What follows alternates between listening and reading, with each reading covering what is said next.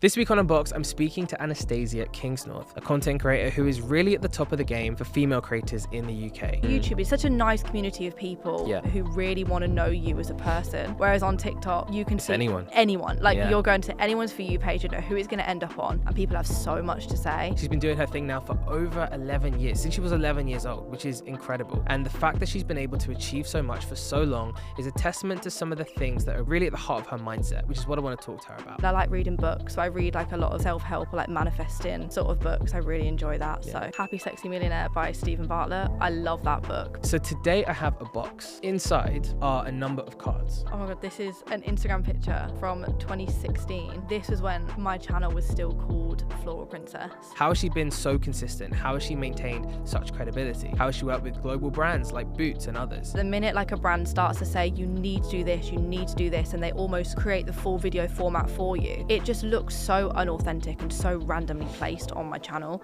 Like I'd much rather be given the creative freedom and I can do what I want. I'm really keen to look at the theme of consistency with her. Are you a creator looking to take a step up from shooting on your phone to a proper camera setup? Whether you're monetizing your work or boosting your personal brand, having a proper professional setup is incredibly important. And that is why we've partnered with MPB, the largest global platform for buying, selling, and trading used video and photo equipment. With MPB, it's easy and safe to access all the gear that you need. They've already assisted over 625,000 visual storytellers and recirculate over 485,000 pieces of equipment every single year. And as a team of camera experts, they're always on hand to provide you with the support that you need. So to level up your content creation game, hit the link in the description to get 10% off your first purchase at MPB. And stay tuned for exclusive MPP content coming to our socials. So without further ado, Anastasia Kingsnorth.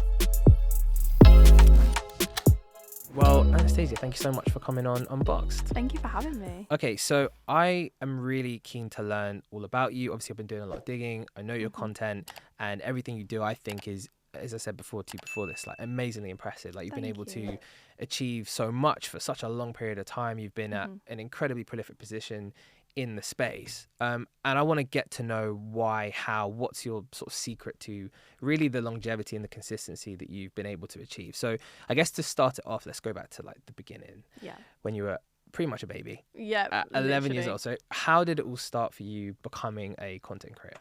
So I feel like so many people have the same story as me, but I just used to watch all the British YouTubers. I used to watch like Zoe, Alfie, all of them, and I absolutely loved watching their content, but I just never really had the confidence to do it myself. And then I was just at school one day and my best friend at the time said, you know what, why don't we both just make a YouTube channel? It could be fun. So I did it, but I actually used to open toys on YouTube, so I was a proper child YouTuber. Ryan's Toys vibes, like Ryan's, that's great. I loved him when I was a kid, I'm not gonna lie.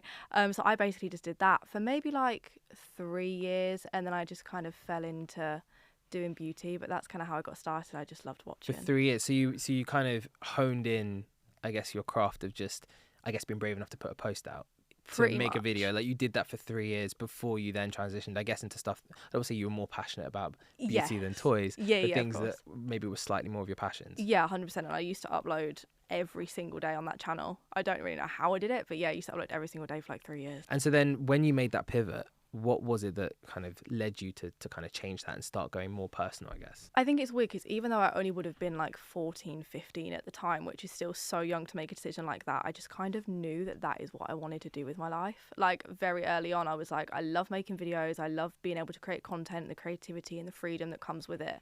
And I feel like as I obviously got older, I kind of fell out of love with doing toy reviews, and I just wanted to like change my aspect on what I was making videos on, and it just felt right. And I guess it's just like gone like that ever since. And was there a moment when you felt the connection shift with your audience? I guess people were kind of growing up with you who were watching your content, probably similar age to you, right? You were a fan, you were then making content for other fans of YouTube. Was there a moment when that switched to then, oh, I'm starting to really get to know you, like the things that you're into start to become, you know, they're things that I'm into as I'm growing up as somebody watching your content. Was there a moment where you felt that shift? Yeah, definitely. It was weird because like obviously when I was doing the toy videos, that was a whole different audience to when I was 14 and had to grow a new audience. So it was like I'd done it once and then I kind of had to start again completely afresh, even though I knew what I was doing, but try and grow a new audience. And it was hard. It was like really hard. But I think because I loved what I was doing so much, I think people saw that, and then that's why they enjoyed watching the content. Yeah. And when did it become a thing? Like when did it become at a scale where you go, okay, this is like starting to really move now? Was it quick or did it take a minute? No, I feel like everything has kind of taken a minute for me. It hasn't ever been like an overnight, I've just gained like 500,000 subscribers and blown up over one video. It definitely took maybe like 3-4 years for it to actually become like, okay, like I actually could make a career out of this. I mean, I left school at 16 to do it full time, which was like a very scary decision. And I remember I had about 200,000 subscribers at that point. So it really could have gone either way. Like it could have taken off, it really could have just collapsed. And it was like a massive risk that I had to take. And so I guess, okay, 11 to 16, you get 200k subscribers. So that's what, 5 years building out. What was that like with your friends? Like, what was it like being at school? Because it's hard enough, right, when you're that at that age and you're going through all the different things that people go through when they're 11 to 16. But then what was it like for you putting yourself out there to such an extent that I'm sure, you know, people saw the videos at school? Like, how did you deal with being 100% vulnerable yourself to camera to put videos out, which you have to be, to then going back to school on the Monday and then probably feeling, maybe, I don't know, I'd imagine slightly self-conscious. I'd feel really self-conscious at that kind of an age anyway, never mind if I'm putting content out. Yeah, no, I did. I was terrified. I mean, for a couple of years people had no idea and I wouldn't really speak about it to anyone.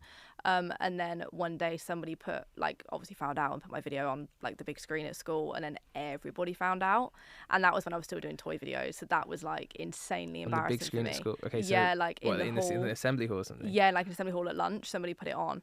And I thought to myself, like, I could either completely shut down right now and never do it again, but I'd be like losing something that I love. Yeah. So as like hard as it was and like as crap as it was, I just had to ignore what every single person said because I love doing it so much. Yeah. And I guess you put all this time into it for that to all be worth, I guess, you know, you're being self-conscious to take away from all of that work and that graft you put in, it wouldn't be worth it, right? Exactly. And what did your friends think when, I think it's always from a lot of the conversations I've had, when people start to get noticed and, you know, friends might go, hang on a minute, you've got like 50k here, you've got 100, this is actually working for you.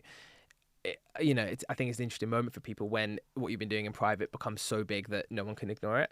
Yeah. What was that like with your own friends and with maybe like family members and people who maybe didn't see it before? When was the point when they kind of saw, okay, this is proper? I think for everyone, they saw it was like proper when I actually left school to do it. Because I think when I was in school, like the scene wasn't like it actually is now. Like there wasn't that many events, there wasn't like paid work, it wasn't anything like it is now. So people were like, oh, that's cool that she's doing that, but it wasn't like a huge thing. But then when I left school to do it full time and I signed with the management and it actually started to become a job for me, I think when that's when people were like, oh wow, this is actually like kind of cool. And I remember my mum, when I first said I was going to leave school, she was like, no, you're not. Like obviously, like naturally, because like you're an idiot. Yeah, I'm telling you, I'm leaving school to make YouTube videos with no backup. But then obviously she saw like the consistency and how much I loved it and kind of the benefits that were coming from it after a couple of years, and then she loved it. So you talk about the benefits. Obviously at that point, so we're saying is this 2017? Yeah, this would be about 2017. Okay, so this is when I would say probably the second wave of YouTube really started to kick on. So you had BritTube era, and then this era where I guess the money came into the platform. Yeah. Things just started to take off. Obviously, it seemed like and still is to this day, really, some of the biggest celebrities in the country were coming through YouTube. Yeah. So you kind of riding that wave before that time, and then being, I guess, coming up in that period too. What was it like for you when things started to become a career? Like, how did you at 16? I can't even imagine, like 16 years old, having to wrap your head around money, taxes, like setting up your own company. Like, how did you do that at that point? What was it like when you started to make money from this and it became a business? It was like the weirdest feeling in the world because I hadn't actually really had like a normal job before that. So I hadn't had chance to like go and earn money or anything like that. So when I first got my like first YouTube payment, it was only £60, bear in mind. Yeah. But I was still like, this is so strange that I can actually earn money from this. And then as it kind of got bigger and bigger and I started working with different brands, I don't think it ever really sunk in. To be honest, I don't think it ever will like sink in that this is actually my job and I get to do this every day. It was like the weirdest feeling ever. Like I can't explain how it felt because it was just so strange. Yeah. I mean, what was your first like moment financially or commercially from YouTube where you went, okay, this is like different. This is not just like a normal job. Was there like a brand deal which you had at that age, which was like, this is, I'm sure obviously a lot bigger now, but this was huge at the time, or it felt like a real kind of moment, even when maybe when your parents go, okay, fine, she made the right decision? I think it was when I was about 18, maybe 17, but I'm pretty sure I was 18, and I signed an ambassadorship deal for a year with Boots. And that was like, 18. At 18, and that was like bizarre to me because it was like a full year of like secured work and the things that I got to do. Like I got to shoot for Glamour magazine and like all these strange things, and I'm like, how have I suddenly gone from not earning money at all and making toy reviews to working with Boots and Glamour magazine because I make YouTube videos in my room. Like, it was just bizarre. Yeah. At that point, did people maybe who, I don't know, I always find different people have different things which make their family members, their parents go, okay, this is legit now. Yeah. I remember speaking to Poet a long time ago, and he was saying, yeah, when I had my music video on like TV, that was the thing where my mum was like, okay, you've made it now, even though you've had all of this stuff that you've been doing over here for a long time. Your YouTube's popping, your Instagram's great, people know you're a huge celebrity in your own right, but being on TV, where maybe only 50,000 people or something saw it, that's the mark of like credibility.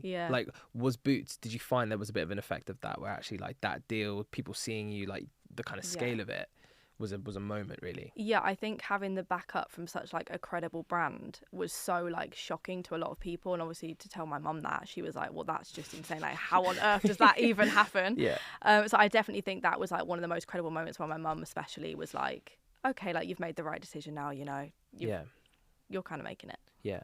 And then fast forward between that point, obviously first kind of maybe big brand deal, and then where you are now, like fill in the gap for you creatively. Like, what have you been up to? What have you done between that? Because it's been such a long amount of time now. You've been doing this for so long, and you've had so much success. So what's the gap between then and now?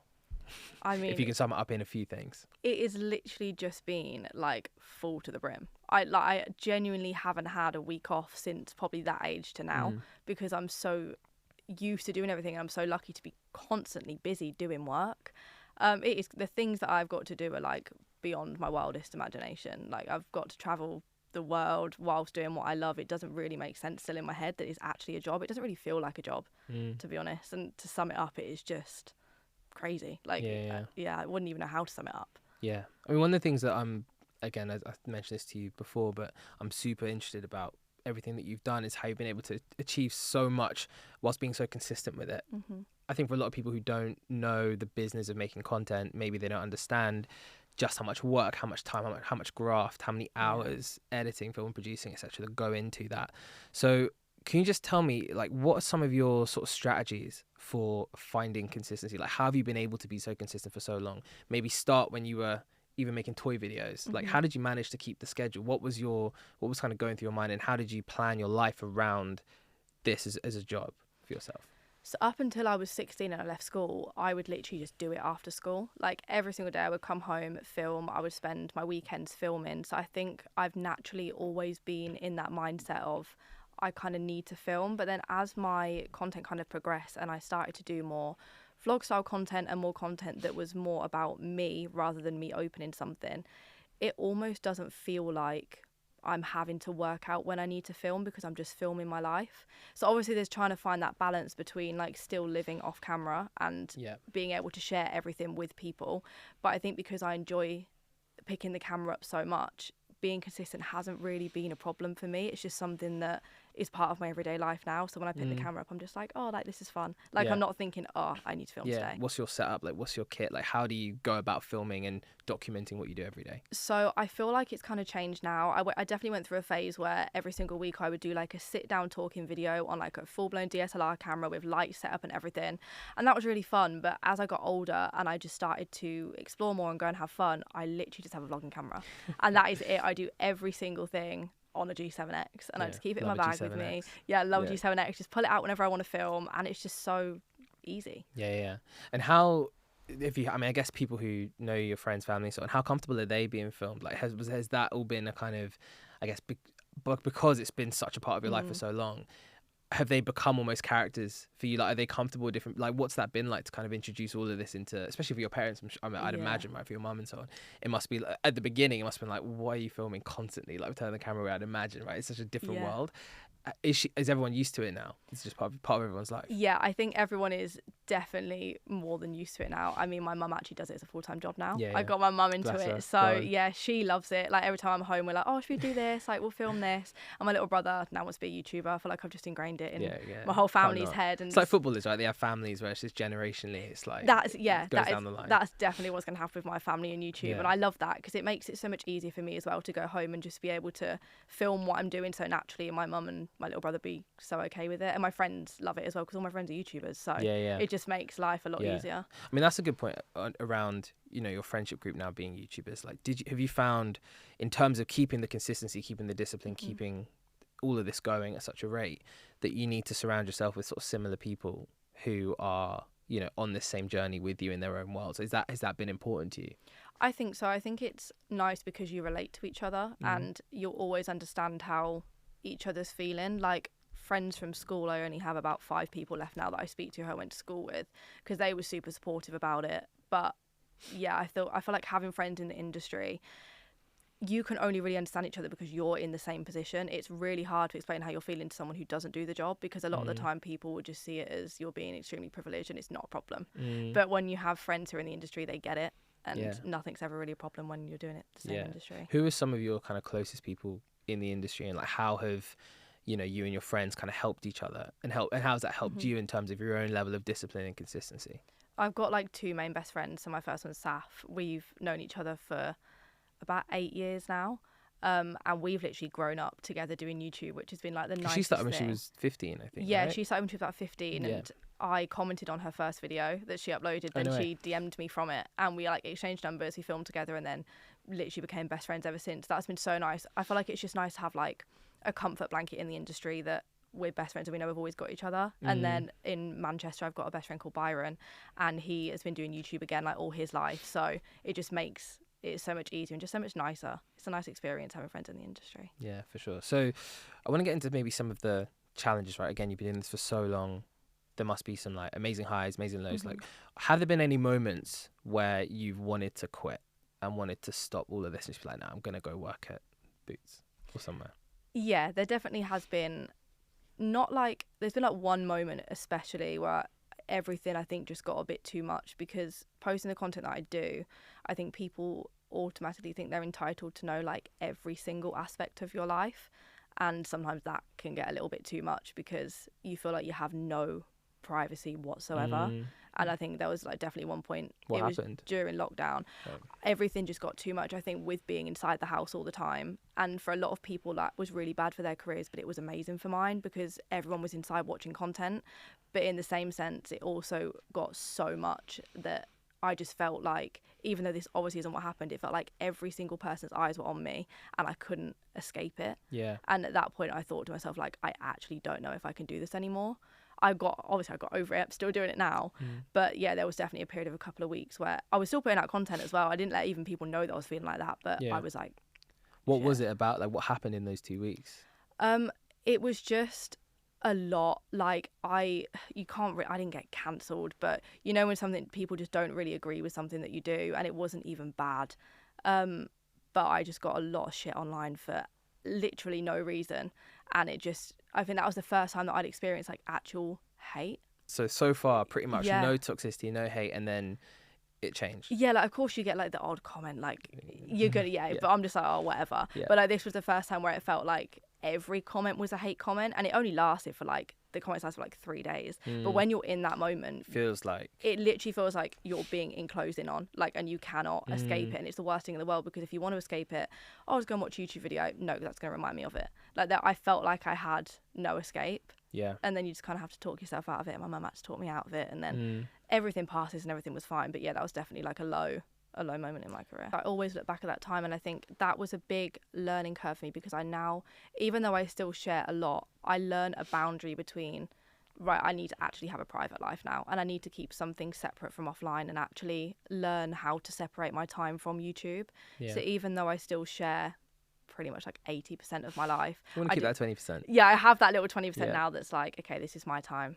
And I feel like that's what I took. And before that point, did you not really have, like, do you feel like you've had to learn how to put those boundaries in, or has that kind of come a lot more now towards this sort of, I guess, this nearer end to your career? I feel like it's come towards like the nearer end to like where I am now, which is crazy. Like, to share that much of my life online for like 9 years, I look back at some videos, I'm like, why did I do that? When Saffron was on Unboxing, we were talking about how she deals with hate and so on, because she's had a number of those experiences, I think she was talking about. I'd imagine that in those moments, did you call her and be like, Saffron, like, how have you dealt with this? Like, what do I do? Because you kind of need the experience having been through that to know how to deal with it, right? Yeah, I feel like we went through our bad moments together almost, because we kind of just use each other as a shoulder to lean on, because we know how it feels. And yeah, we'd be the first person for each other to call and be like, oh my God, like it's happening again. I need a break. Yeah. It is a comfort blanket to know that someone has gone through the same thing and they completely understand how you're feeling. But it's also nice because it was like motivating to be like, no, you know what, I want to get back on. I want to get back on the horse. I want to sort this out and I want to enjoy it again. Yeah. For people who are coming up and making content online, like dealing with hate naturally is something that you're probably going to have to face, putting yourself out there, especially TikTok, bro. Like TikTok is harsh. They are savages. I don't know who these people are, but they are not nice. They're not nice. What would be your advice to finding resilience and like building a sense of, you know, I guess confidence in yourself in order to deal with that as a creator if you were to start today? I think one thing you need to remember is, as much as you share online, these people don't actually know you. And it's so hard to build up that wall to actually mean the words I don't care, because you're always going to care a little bit. Do you think it's true when people say like, yeah, I don't care about the hate at all? Do you think it's 100% true or not? No, yes and no. I feel like you do get to a point where like you can read a comment and you've read it so many times that it actually won't affect you, but there definitely was a point in time where it affected you and you've read it and thought things about the way you look or things about the way you act, and it's like, well, I've never thought that about myself, but now someone else has said it, you think it. And I think, there always is going to be some meaning in the words like I don't care, but you actually just have to not care what people think. You have to be so thick-skinned and understand that not everyone's going to agree with your every move. You're never going to be able to please everyone, and that is okay. That is part of the job. But you just have to be so thick-skinned and be prepared for that side of it. Yeah. Are there strategies and things that you've brought into your life or into the way that you navigate being online constantly to help you with that? Like, are there tangible things that people can do? I feel like it's different for everyone. For me, I've just blocked certain words. I block if I'm, well, I don't really do this anymore, but I used to just block so many people. As soon as they comment something I hate, I block them, get them out. But now I'm like, you know what, I can't be bothered. You share your opinion. And I think I have got to the point now where it's like, I'm happy enough in myself and I'm comfortable enough in myself and my job and my career that it's not going to affect me anymore. So like, you can have your opinion, but it doesn't really matter to me anymore. What was the first time when you remember feeling like, wow, that was really like tough to deal with? And how did you then deal with it? Honestly, you know what? It was never on YouTube. I feel like it was when TikTok came about, because like a lot of people say that. Yeah, I feel like TikTok just crawled out this phone. Opened the door to a whole nother world of like, how do people actually have the nerve? It was just like, it was crazy, because I feel like YouTube is such like it's such a nice community of people who really want to know you as a person, whereas on TikTok you can see anyone like you're going to anyone's For You page, you know who it's going to end up on, and people have so much to say. And I remember there was a video that I posted with my little brother, and I thought, you know what, you can say what you want about me, it's fine, but they started commenting on him, and I was like, that is when I draw a line. I was like, he's literally a child, he's like 9 years old, and it blew up, and people were saying horrible stuff, and I actually, like, I never respond to hate. That's my number one rule, like, do not respond to it. But I had to actually put like a separate TikTok video out and be like, you do realise that this is a child, and once he is old enough to read those comments, that's going to engrave in his head from such a young age, and that's not fair. So I feel like that's when I realised, I was like, God, like, people can actually be like nasty. Why do you think it's gotten so bad? I feel like nowadays a lot of people want to do the job that we do. It's a very like sought after job, and it really wasn't like 10 years ago, because like I said, it wasn't a job. So I think the industry has become so saturated now with so many people trying to do it that there's a lot of jealousy in the comments. There's a lot of really sad, like, unhappy people, and just a lot of jealous people watching people do all these amazing things and they don't like it. I think a lot of it stems from jealousy, and the industry has just got so many people in it now. Yeah, you're right. And I guess with TikTok being so kind of raw and people feeling like they've got an even closer window into people's lives, I guess the reality of, as you say, this being a great job, an aspirational job, the resentment builds, and I guess the more unhappy people are in their own lives, they want to take that out on others. How's like your mum and your family found, because obviously if your mum's a creator as well, like how has she found dealing with some of these issues? I feel like it was actually harder for her than it was for me, because one, I feel like she had to watch me go through it, which as a mother, to see her daughter so upset by a job, like, that's obviously not nice. But also because my mum's in the industry, I don't think she expected people to have such a strong opinion on her, and they really did. Like, she got a lot of shit in the beginning, a lot of hate, and to be honest, she still does now. And what for, we'll never know, but that was hard for her. And I think I actually had to teach my mum how to deal with the hate, and especially tell her, do not respond, because you know what our mum's like. I mean, yeah, like you said, Facebook mums, let alone a mum who's got YouTube, Instagram, everything. She would go for it if she had the chance. So I had to kind of sit down and be like, all night just like going through. And I can and then she'd ring and tell me, Anna, have you seen this comment? I'm like, yes, mum, but it doesn't matter. I don't want to see it. I don't want to talk about it. So I had to say to her, like, just ignore it. Yeah, it's not important. So moving topic slightly, I think one of the things about consistency is that you need strategies for yourself mentally in terms of your own well-being, in terms of how you stay positive, how you stay optimistic in order to do a job like this for so long and to be so successful at it, right? How do you, talking about, you know, positive self-talk quite a lot, I've seen that in your interviews. What are some of the strategies you bring into your life to keep yourself grounded, to look after yourself and to keep positive in everything that you're doing? I feel like a lot of the time I just like to surround myself with good people. That's like my main number one thing to do. Like if I'm having a bad day, despite all my friends being YouTubers, we actually do have a lot of time where we just don't film. Like our favorite thing to do is just sit in the house, watch film, cook dinner. Like that's my way of like staying positive and like grounding myself. Another thing, because I felt like I dealt with a lot of hate on like people just tear you apart, like the way you look, which I would never understand. But I had to go through a whole like positivity journey on like loving myself. I would literally like sit in the mirror and tell myself like ignore them, like it doesn't matter. So that was like another massive thing that I used to do. Yeah. What would be your advice to people who maybe are struggling, want to get into this space, want to be creators, want to make this a career for themselves, but have maybe started struggling with some of this stuff? What would be some of your tactics and strategies that you would sort of recommend to stay positive and to look after one's well-being and mental health? I think a lot of the time, as nice as it is to read the comments, if you are genuinely feeling like down about that stuff, maybe just don't look at the comments for a while, because that obviously is where all of the hate stems from. And also I think as again, it's so hard to do this, but just to remember that like you're doing what you love, and that is the main number one thing that should matter. Like it doesn't matter what anybody else thinks, you're doing this because you want to do it and because you love it. And it's just giving yourself that like little pep talk of like, you're going to make it, you're living your dream life, like you're doing it. I feel like that's like my number one tip, because I feel like I did that a lot and that massively helped. So in terms of your daily routine and how you look after yourself every day, what are some of the things that you do to keep yourself just happy whilst also making content? And does it also make the content better the more you look after yourself? I think so. I think obviously the content that I make, like if I'm sad, I genuinely will just say that I'm sad, because I'm just vlogging. So I'm like, guys, I'm having a really bad day today. And I feel like that helps a lot of people, because social media nowadays makes everything look so perfect, and it makes people feel bad for having a bad day. So I feel like it is nice to share those parts. But for me, like my idea of fun is literally just like sitting in bed watching like conspiracy theories or something. So I'm not gonna lie, I start most mornings with like just watching like a documentary or like something like What's that. Your favourite doc? Oh my god! What's your latest watch? Oh, I've got so many. I've watched all about the aliens apparently that have been appearing in America, and I'm like so obsessed with all of that. TikTok's pretty mad for that, isn't it? If you find a conspiracy or you find a hole, my full For You page is all of like the body cams of the police finding these UFOs, and I love it. It's like that is how I literally will start my day, just finding something that like you love or you love to watch, or reading. I like reading books, so I read like a lot of like self-help or like manifesting sort of books. I really enjoy that. So from some of those, what are some of the takeaways that you've got? Like, you know, I think, are there any books that stand out to you as being like, yeah, that actually changed my life, that really helped? So there's two, like the main ones, and I actually read them over and over, which might be a bit weird, but Happy Sexy Millionaire by Stephen Bartlett. I love that book because I think it's so interesting to like read the fact that he had everything, but he felt the most unhappy he'd ever felt. And I kind of felt that, like I understood what he was saying, because I just related that to that a lot. Why do you think that is? Like, why did you feel that?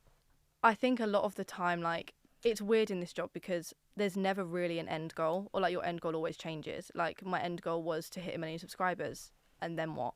So it's like, it's so hard to, you're always going to have like different goals, and it'll upset you if you don't reach them, but when you reach them, what's the next one? So I understood that feeling of like, you get what you want, but now what next? And like, did it really make me as happy as I thought it was going to make me?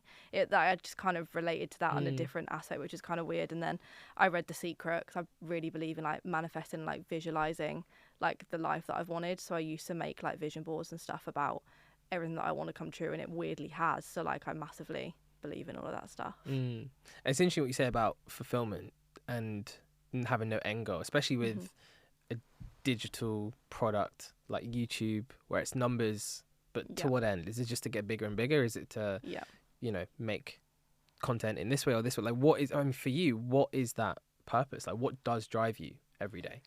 I think It's kind of changed as I've got older. Like, as I said, it was to get 1 million subscribers, and then I did that, and that was amazing. But then I genuinely did sit there and think, okay, what do I work towards now? So I think it's just ticking off like different goals that I want to do. So my end goal is I would love to work in TV, and I'd love to be a TV presenter. I think that would be so much fun. So I'm kind of just trying to direct all my content towards that. So hopefully that kind of creates like one big portfolio for me to be like, okay, I want to do this. And obviously Interesting. If a lot of creators say it's funny. I think someone said this. Where was it? I can't remember what show it was on, but it might have actually been in your interview with Scott Thomas. Oh yeah, with Scott Thomas, yeah. With Scott, and he was saying that, and it's very true, right? A lot of people who start on YouTube want to be in TV. Everyone who's in TV would love to have what you have on YouTube. It's funny how that works, isn't it? It is. Maybe crazy. the grass is always greener. I don't know. But yeah, I feel like because it is so weird. I've always come across that. Like every TV person that I've met, they're like, we want to have a social media presence, but then for a lot of YouTubers, our goal is to make it on TV, and then once we make it on TV, that's it.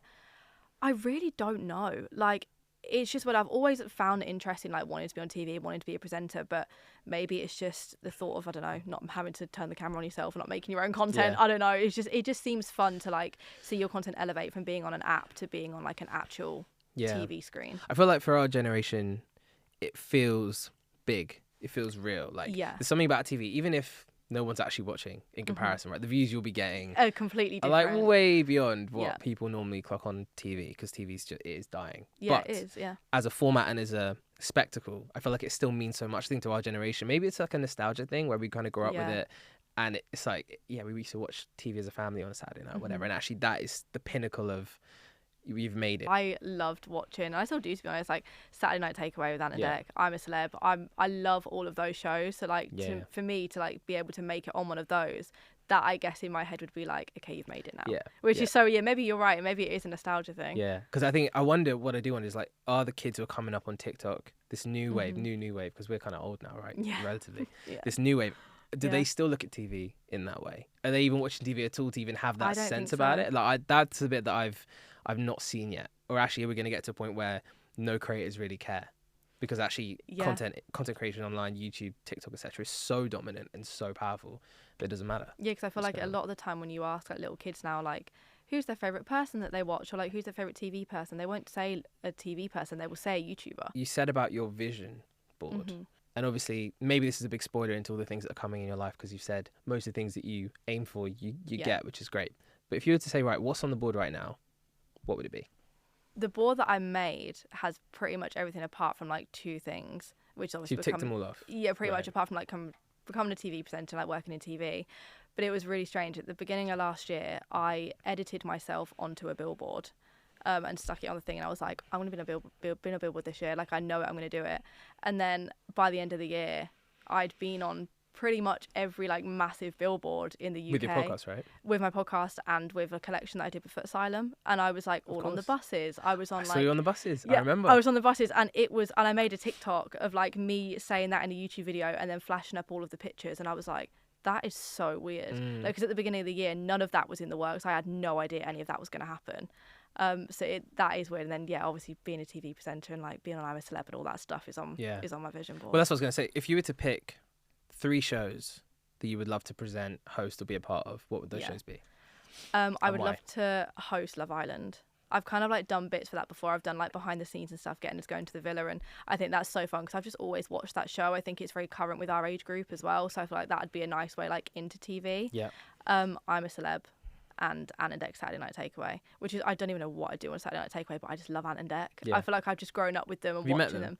I've never properly met them, but I've seen them like when I've been at shows and stuff, and I'm looking at them like, oh my god, I love you guys. I don't even know why, but I just love them. They're great. I was lucky enough to work with them for 4 years, 3.5, 4 years. Oh really? I was at YMU for 4 years, and like so I spent a lot of time with them on Takeaway and everything else, and they're great. And the good thing about them is they really understand the need for everything that someone like you brings, and this whole world of content creators. Like, they really understand it. And one of the things I remember doing with them that was a real kind of peak in a way. It was so fun. Like, we launched them on TikTok and we got them on social, and that was like a whole I've seen all of that. Yeah. And like, it got to the point, interestingly, around how generations are viewing like talent and TV differently.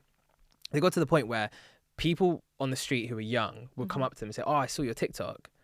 And they wouldn't even necessarily know who they were because it's like they were able to bring their sort of entertainment onto a platform where kids are watching when they're not actually watching TV. So it's a really interesting thing there. They're like, they got started to get recognized for their content online. That's crazy. I think they were like, okay, this is different. Yeah, that's crazy, because to me, if I saw Ant and Dec, I'd never, the first thing I would think of saying is like, I love your TV show, and I would never say like, I love your TikToks. It's crazy how the generations are changing. Exactly. Okay, so you've got Love Island, Takeaway, I'm a Celeb. They're all on the board. They're all on the board. Okay.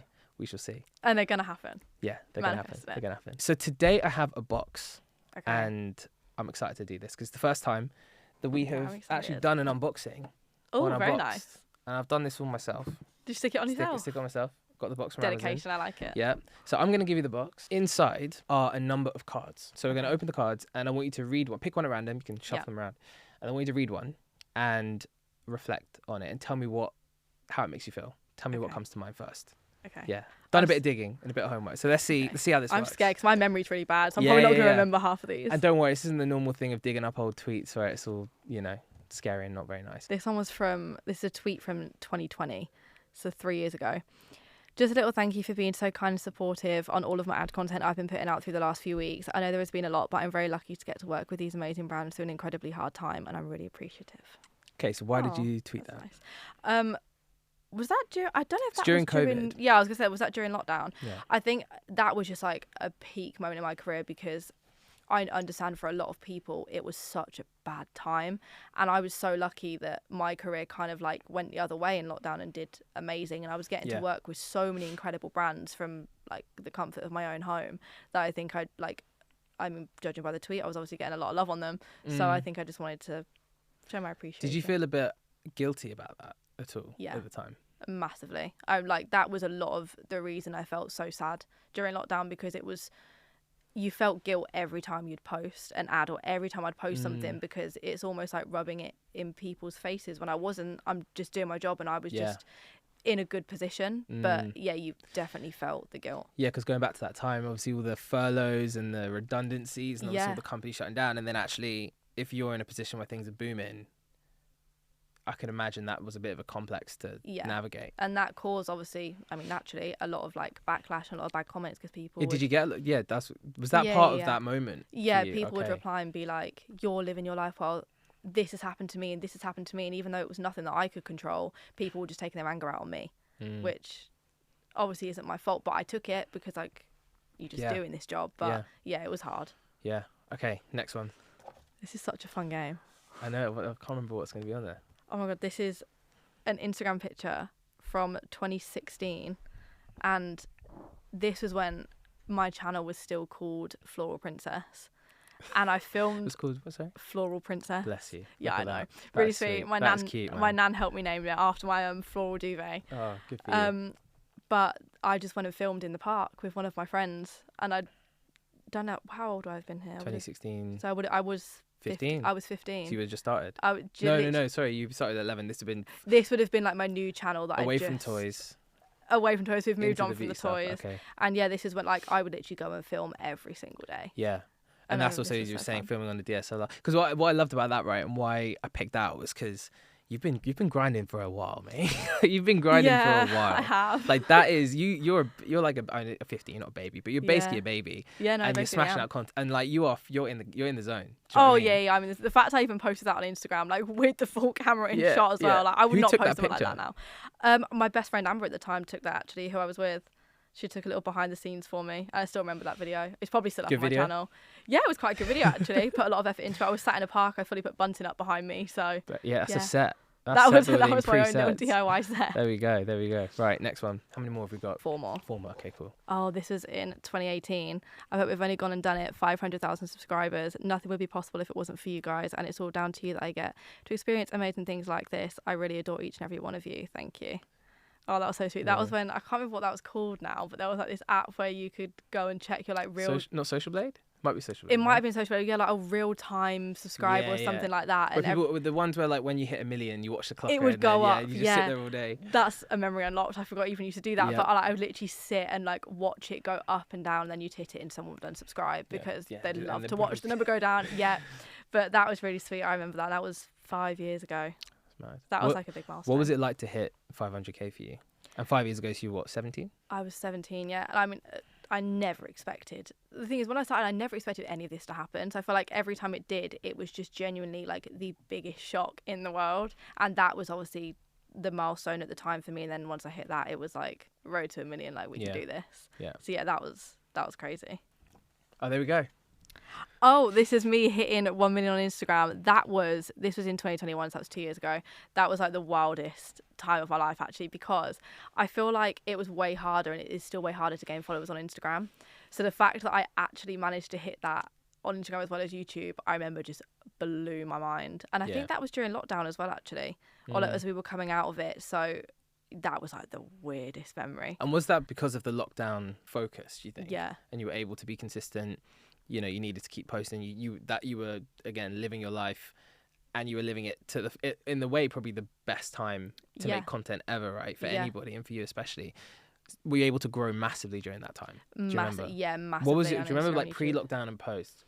What would be the difference? I think over YouTube I went up about 300k, which was like big for me because I'd only ever like slowly gone up. So like that was to do that in like a year and a half or whatever. That was huge. And on Instagram as well, I remember because we had so much time, I would take like loads of outfit pictures. Like that was like my like goal at the time for Instagram. So I think a lot of people just liked seeing that like other side. Yeah. And then somehow managed to hit 1 million followers, which is a nice memory.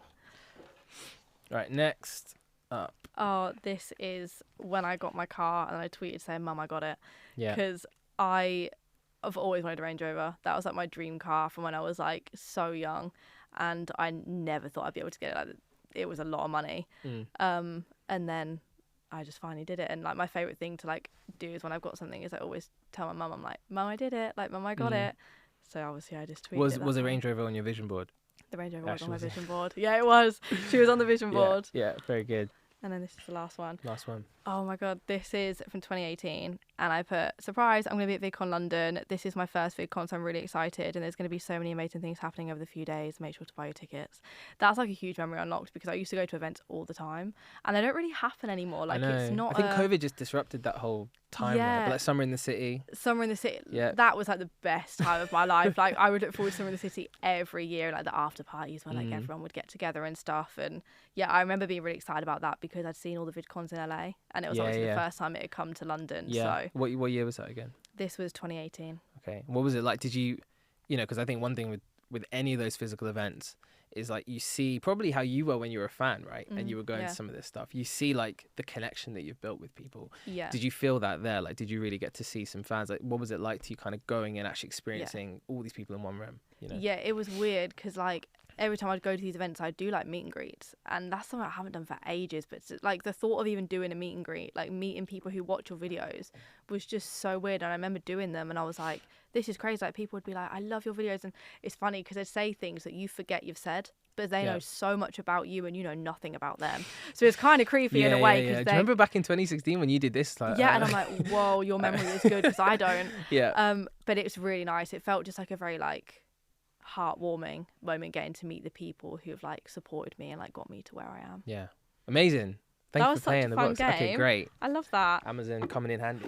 Oh, I love that. There we go. Amazing. Well, thank you for doing that. I want to get into the future now with you. Obviously, we talked a bit about, you know, some of the stuff that's come, but I also want to get your thoughts on, I guess, the wider business of content. Like, how do you think things have changed as a creator in terms of making money, making a business out of this? Like, how have things shifted? Because I've definitely noticed on a personal level, managing obviously the Sidemen and been working in this space for so long, like a huge shift in the way that brands are working with talent, in the way the platforms are kind of pushing people and the ability to scale. My big thing is that there's so much saturation at the minute that it's like very, not only is it difficult to break, but actually it's devalued everyone because it means 100%. That brands can just pay someone 100 quid to do a post rather than paying somebody 10k or whatever that used to be the norm. How have you seen things change, and what's your view on, I guess, the kind of next era that we're entering into? I think from like a brand perspective now, I think they've realized that actually social media people are the way to go, and that is crazy where they put all of their budget now. Like when I was 15, 16 doing it, brands weren't really a thing, and then now it's just like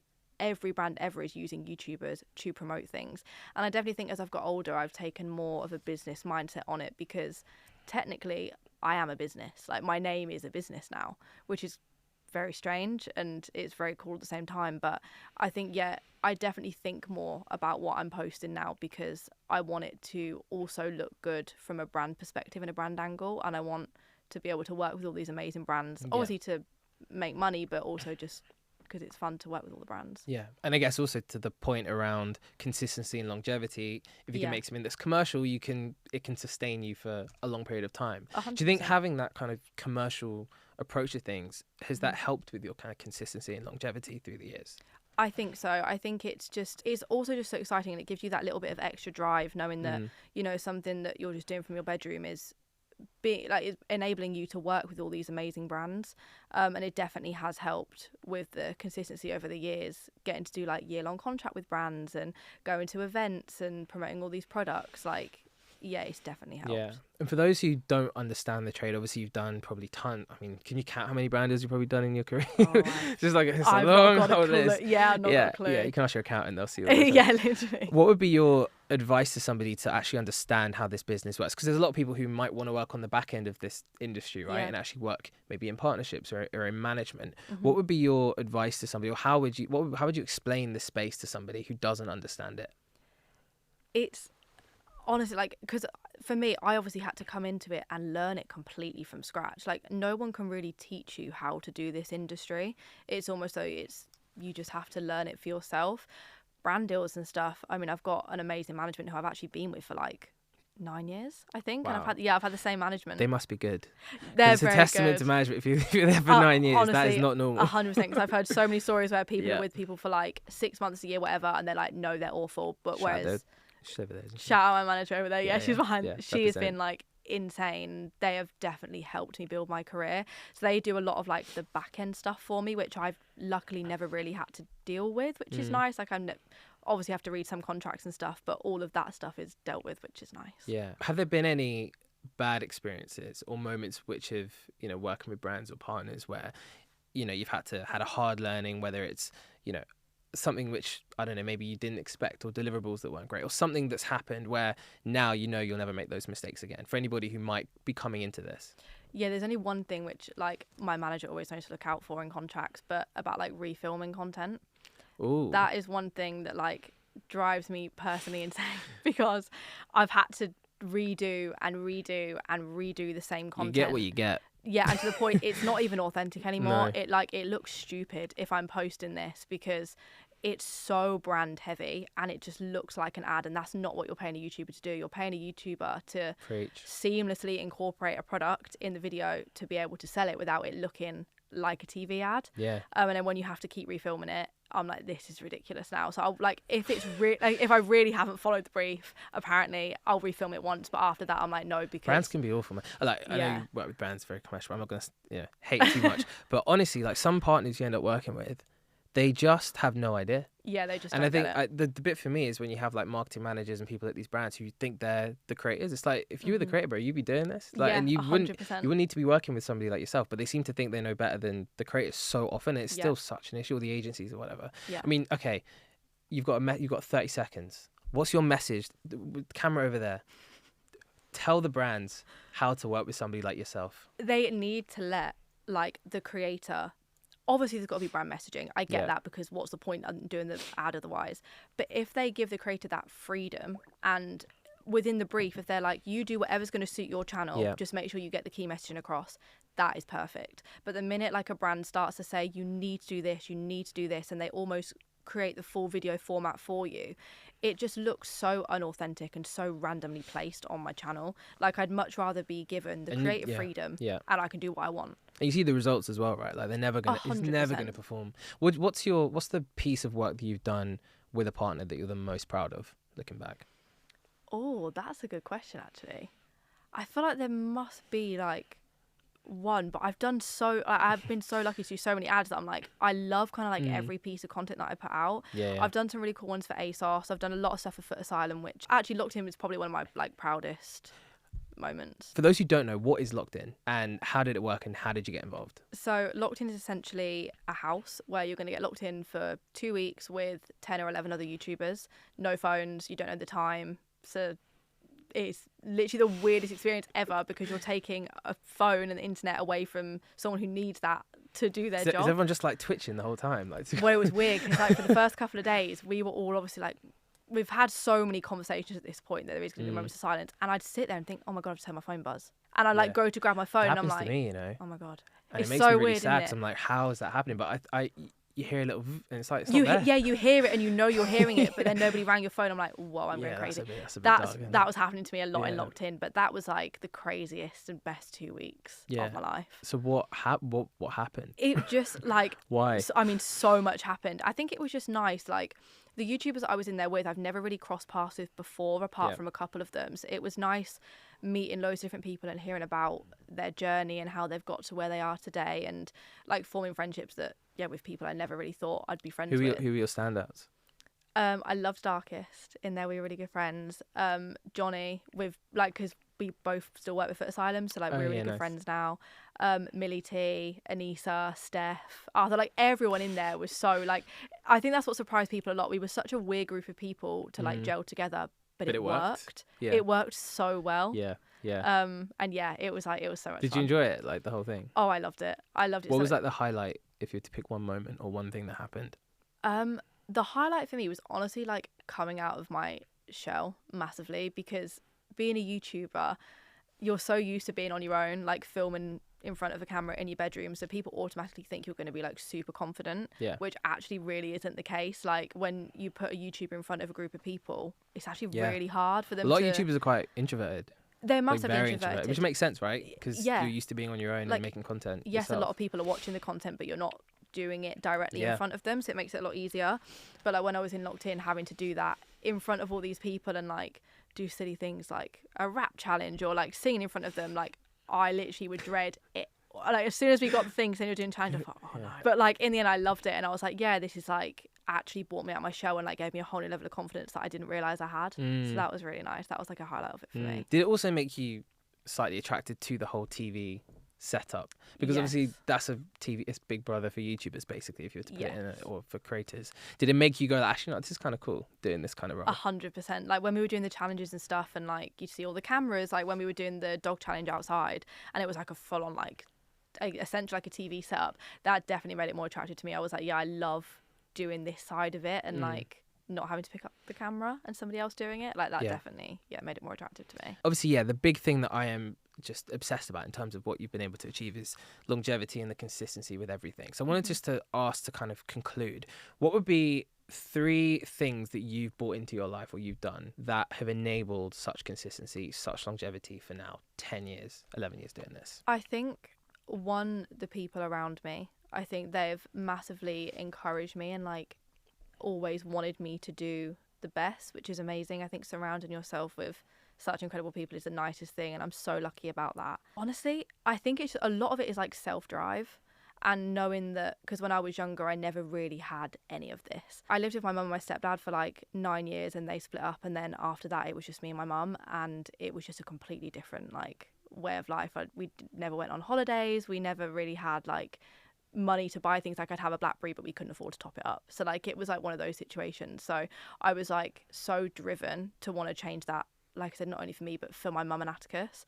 And I think that is the main thing that has like always pushed me through, because through doing this I've enabled to like give my mum the life that like I think she's and always a career deserved. Right, in this and space. A career and like, and she loves it now. And my little brother, like the childhood that now we've been able to give him and the memories we've been able to make are like insane. Like when I surprised him with the trip to Disney World, that's like my career highlight for like 100%, because I'll never ever forget. What was his face like when you told him? Oh my, he just was in disbelief. I think, to be honest, they maybe kind of knew something was going on because I opened the door and I'd filled my living room with like 3,000 balloons. I mean, maybe they thought something was so going like on, they definitely thought something's up, like why has she done this? But like it was just like the most magical moment, knowing that all my work is like paid off and I've been able to do that for him. So I think just the drive that I've had for myself and for my family has been like the thing that's got me through. Number 3, or is that so good, that one, that it's actually 2? I feel like that one's so good that that's 2 actually, and 3. That's 2 and 3. Okay. Yeah, that's amazing. Well, Anastasia, thank you so much for coming on. Obviously, it's been for having me. Incredible to speak to you. I think, as I said, I'm in awe of what you've been able to achieve. Your consistency, longevity, everything about your brand is amazing. And keep smashing it. Oh, thank you so much. Thank you for having me.